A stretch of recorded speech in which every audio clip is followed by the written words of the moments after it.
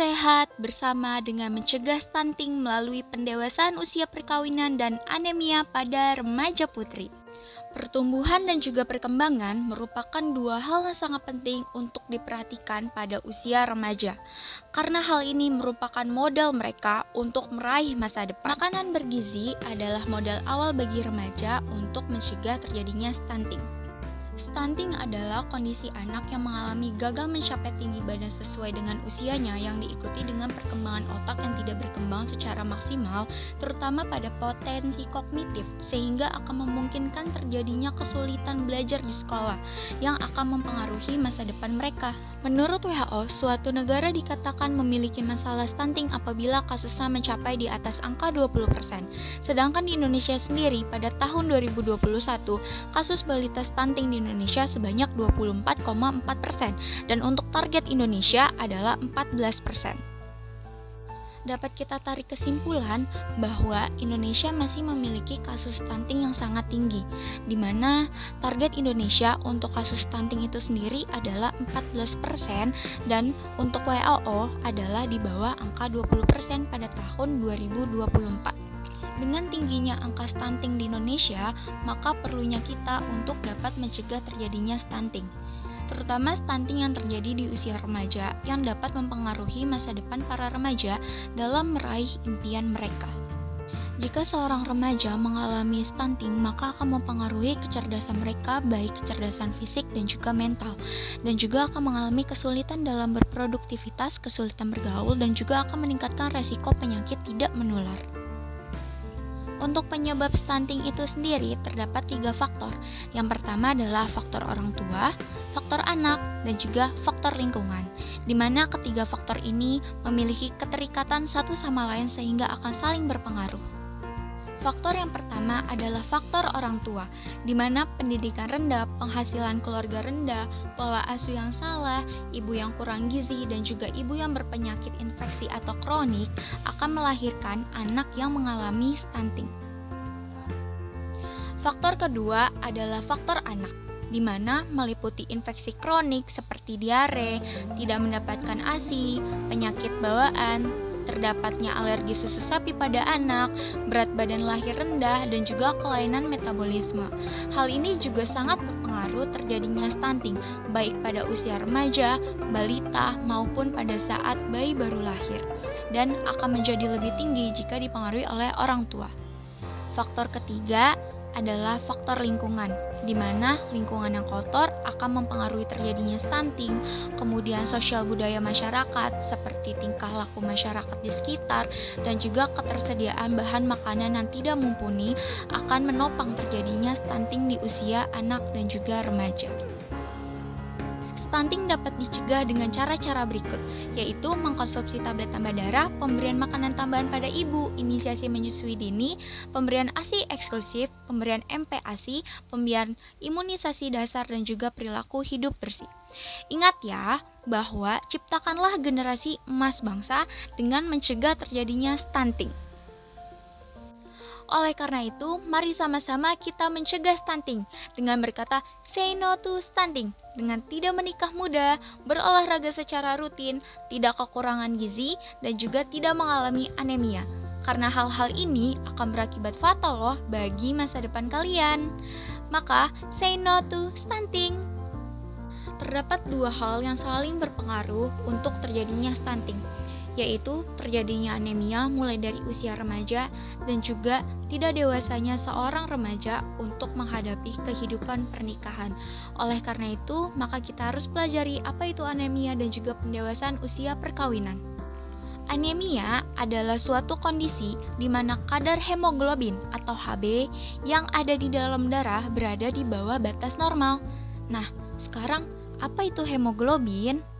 Hemoglobin merupakan komponen dalam sel darah merah yang berperan penting untuk pengikatan oksigen dalam darah. Ketika tubuh mengalami kekurangan hemoglobin, maka akan terjadi anemia yang dapat menimbulkan sejumlah keluhan dan juga gangguan pada kesehatan tubuh. Hemoglobin adalah protein yang kaya zat besi dalam sel darah merah yang bertugas untuk membawa oksigen ke seluruh tubuh.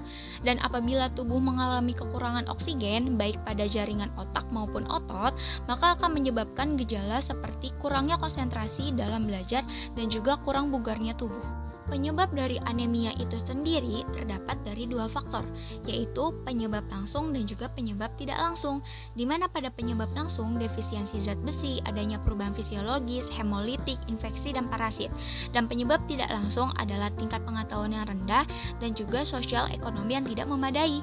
Yuk mari kita cegah terjadinya anemia untuk menciptakan generasi emas pada tahun 2030 dengan meningkatkan asupan makanan bergizi, pola makan gizi seimbang, makan bahan makanan yang mengandung zat besi, dan juga mengkonsumsi tablet tambah darah secara rutin setiap harinya, terutama pada saat fase menstruasi.